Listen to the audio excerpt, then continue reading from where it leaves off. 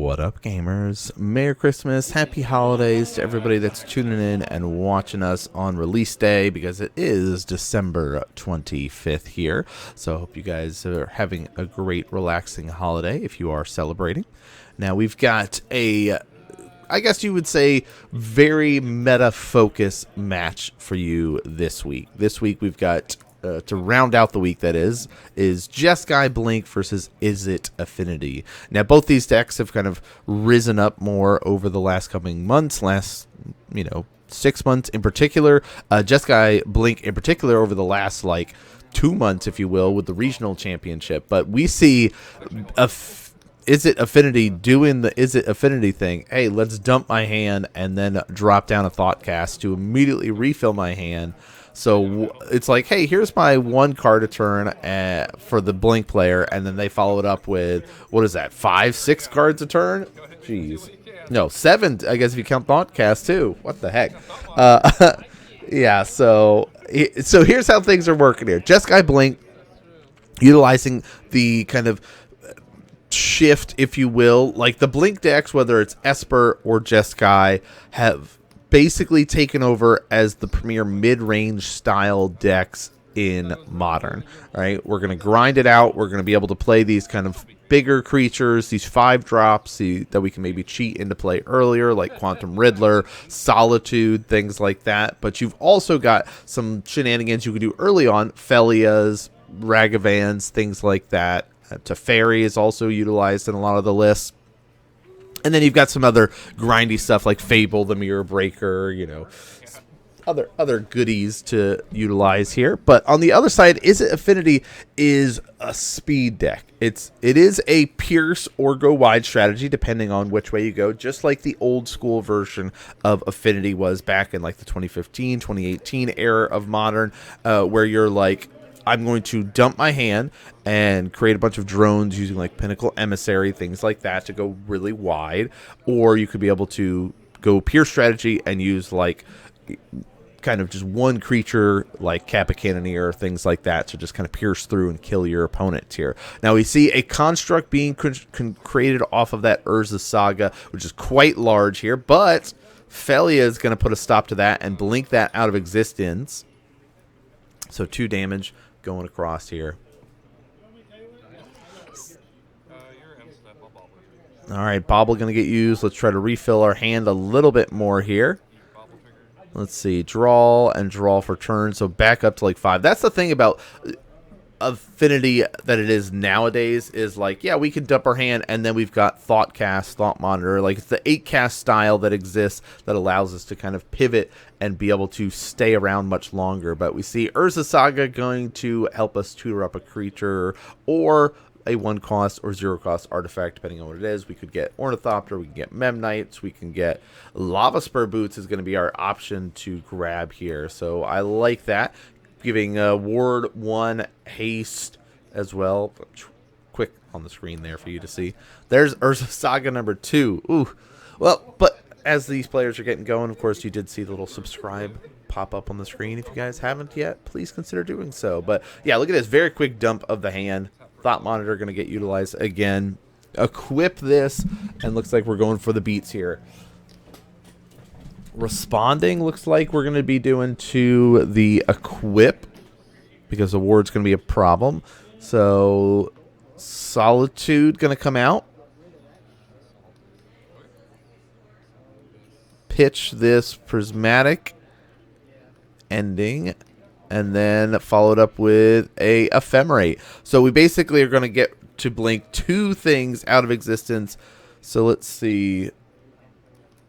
This will go here. It comes back right away. You're talking about Ephemerate? Yeah, it blinks back right away. Or it comes back. Yeah, so it's just confirming when does it blink back into existence. Is it end step or immediately? Because Felia is end step, Let's see. Exile this. How big is it? Oof, big life swings here. Go ahead. And we'll do some fetching as well. So that was a really nice kind of stabilization here. We do see it's this is definitely one of those kind of volley back and forth decks that these 2 players are utilizing right now. Is it's okay, let me try to set this stuff up. you've interacted and stopped this. Okay, now it's my turn to set things up and see if you can interact and stop this. And the Izzet Affinity does have some interaction, does have some counter magic, does have some ways to disrupt, but for the most part, it is very much just I'm doing my thing. Are you able to disrupt me or stop me enough that before I kill you? Yes or no?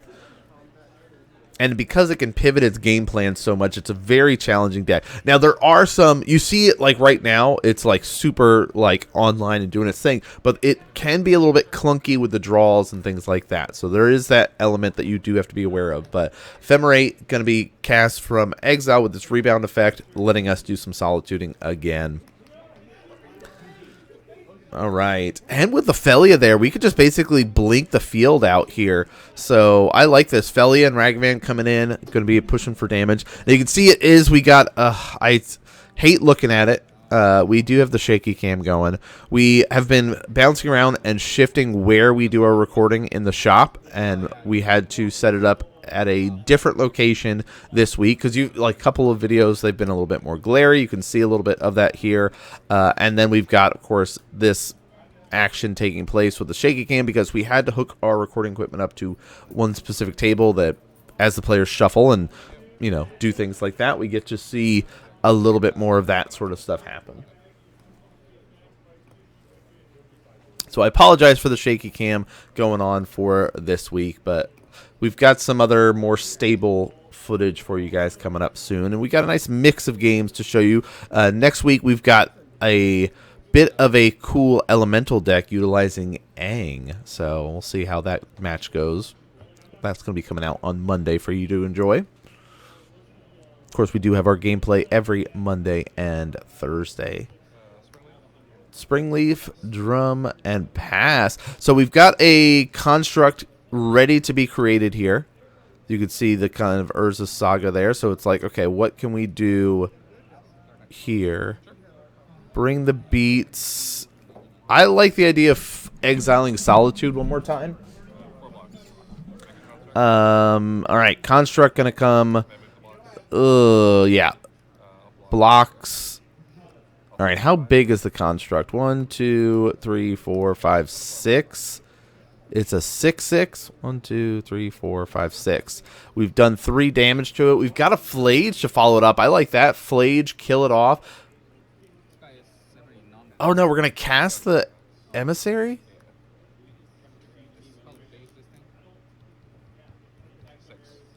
Yeah, so it's a 6/6. We've already have 3 damage. There's 2 Flages in hand. I like the idea of Flage. Puts us to 20 life. Unlikely for us to get got next turn. But that's where it's like, I guess you wanted to push damage and get the lifelink off the Solitude, and that's why you didn't. I don't know. I don't like that casting of the Pinnacle Emissary here. Like, we don't have any artifacts in the deck that to really utilize the drone ability. I guess, you do have access to a flyer by doing it. That's right. Does Pinnacle Emissary fly? It was just on screen, and now my mind went blank and went, does it fly? I don't know. Let's see. Let's look and find out. Oh, Thopter. No, it doesn't fly, but just makes flying drones, right? Yeah. So it doesn't even fly, so it can't even protect us against, like, a crazy thing. I don't know. Like, the construct should not be here still. But this is one of those, like, as players get used to different decks and different lines, if you're not used to piloting the Jeskai Blink deck versus the Affinity, or vice versa, or you're newer to certain matchups, there are these little nuanced plays and lines that we might pick up on as viewers, especially because we get the eye in the sky and we get perfect information, if you will. So we know, okay, there's no tricks that this Affinity list can do at instant speed to be able to save this construct. It's got 3 damage marked on it. Let's finish it off with a Flage, and then it sets us up for a Flage following turn to maybe be able to, do a little bit more of our Helix action. But let's see, what are we going for here? Looks like just construct beats, Mox Opal replacement here, and bring the beats. 19 total. There are 9 nines. Of course, this one does get really big. So, yeah, I guess having a creature to block with there. But even then, 19 wouldn't have been 19 because we would have gained 3. We would have killed off 1 construct. There would have been 1 less construct that we would have had to have worried about here. But still, it's one of those like, oh, was that the moment that the game slipped away from us? We'll see what we can do here. 3. All right, now we're doing the Flage. I guess kill off the Thought Monitor here. That's wild. Sink into Stupor here. So that wasn't available last turn, was it? Cast Flage again. We do have our 2 treasures there to be able to double cast it off. Oh, dang. Gain 3. That goes to the graveyard now. I mean, we have to have a blocker here, so I guess let's hope we get something. Well, that's something. Not something we can cast. We get a treasure here. Oh, that's tough. That is tough. I'm trying to think of like what the Jeskai Blink deck could have utilized here. I think the only thing I'm noticing is that 1 turn with the Flage not killing the construct. Maybe we'll do more of those. Is like, how do you kill your opponent in this turn with these stuff? Like, do some screenshots and start setting up more of those. We're going to start doing some screenshot posts coming up to show you guys a little bit of like, hey, which art do you like the best? We did that for Hardened Scales previously. We're going to start doing that a lot more in the new year. But wow, Cranial Plating number 1, Cranial Plating number 2. Let's equip it to Ornithopter and really go for the pure strategy here. Bring the beats. 1 card in hand. We know there's no Solitude. This is a 20 power 2 toughness. Here's a nice 20 power 2 toughness Ornithopter. Gonna just clean things up there with a nice little quick one to show you guys the bit of that like pure strategy with the Ornithopter at the end, but the go wideness that existed with relying on Urza Saga to go wide. A lot of We're reactions our there, though. gameplay to let you know about our new affiliate with Nerdgear. Nerdgear.gg/NanMan will take you directly to the website, and as you can see, they've got a bunch of awesome gaming accessories from playmats, life counters with the life tracks, playmat holders, and more. So make sure you do some browsing on the site, find some goodies, and then use the code NGNanMan for 5% off your entire order. But let's get back to our gameplay. All right, as I was saying before, I was rudely interrupted by myself there. We got to see a lot of interactions and responses from the Jeskai Blink player, really trying to kind of stabilize and interact a lot more with what the opponent was doing. So we're going to see how things work out here. We've got some galvanic discharges going on here, so I like this, you know. My assumption is some of those discharges are maybe sideboard and stuff like that here. Also, like Wrath of Skies could be coming in. Another turn 1 Ragavan coming out here. I dig that. All right, what do we got? I mean, a turn 1 Ragavan is really strong against a lot of decks in Modern right now. This deck in particular... Okay, so we get to see the other side of things here. We got to see the dump of the hand last turn, or last game, and it just kind of did the thought casting. Now we're going to see the dump of the hand into a bunch of drones. So Mox Opal, trigger, Pinnacle Emissary, make a drone. Ornithopter, trigger. Mox Opal's online. Another Memnite here. It's another 0 cost, so it's 3 0 costs. Blue... Improvise into Kappa Cannoneer, triggers, ETB, boom, trigger, Ornithopter, trigger. What the heck? Let's see, what is this? 1, 2, 3, 4, 5, 6, 7. That was the hand. Those were my 7 cards plus whatever I drew for turn. Turn 1, here is a Kappa Cannoneer that is unblockable as a 7/7 already. So you got a meltdown. Even with a meltdown to kill off the whole board, you still have a 7/7 Kappa Cannoneer here that you've got to deal with. You should attack. Can't do anything right now in this position. Even those like galvanic discharges are like, oh, these don't do anything. Was it because that was my turn? Because it's like I could sit here and do this against a Memnite, Hey, get a bunch of energy, use the second one against something else. I don't like it's nothing matters here, right? absolutely. We've got.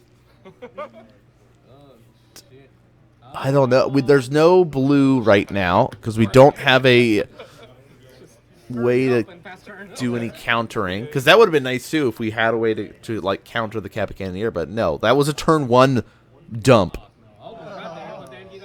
All right, Urza Saga, just in case we didn't have enough. Thought cast, hand empty, refill with 2 more cards.